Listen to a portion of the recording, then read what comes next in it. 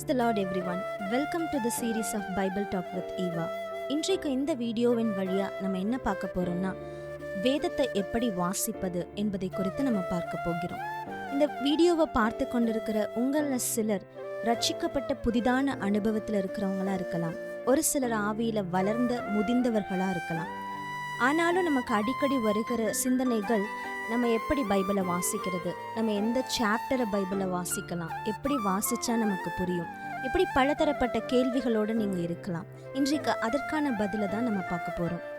ஒருவேளை நீங்கள் ரட்சிக்கப்பட்ட புதிதான அனுபவத்திற்குள்ளே இருக்கிறீங்க, இயேசு யார் என்பதை இப்போதான் நீங்கள் அறிந்து கொண்டு வரீங்க அப்படின்னா, உங்களுடைய ஆவிக்குரிய வளர்ச்சிக்காக நீங்கள் புதிய ஏற்பாட்டிலிருந்து படிக்க ஆரம்பிக்கலாம்.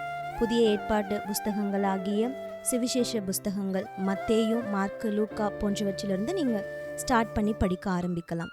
ஒருவேளை நீங்கள் பழைய ஏற்பாட்டிலையும் வாசிக்கணும்னு நினச்சிங்கன்னா, சங்கீதம், நீதிமொழிகளின் புஸ்தகங்களை நீங்கள் வாசிக்க ஆரம்பிக்கலாம்.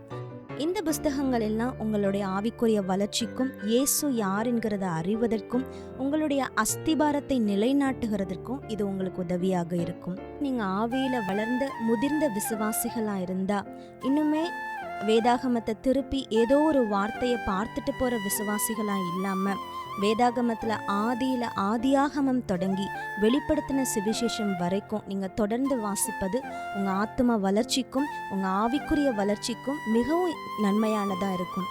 இதனால் பைபிளை எண்ட் டு எண்ட் படிக்க ட்ரை பண்ணுங்கள். மீண்டும் அடுத்த வீடியோவில் சந்திக்கும் வரை கர்த்தருடைய பிரசன்னத்தில் நிலைத்திருங்கள்.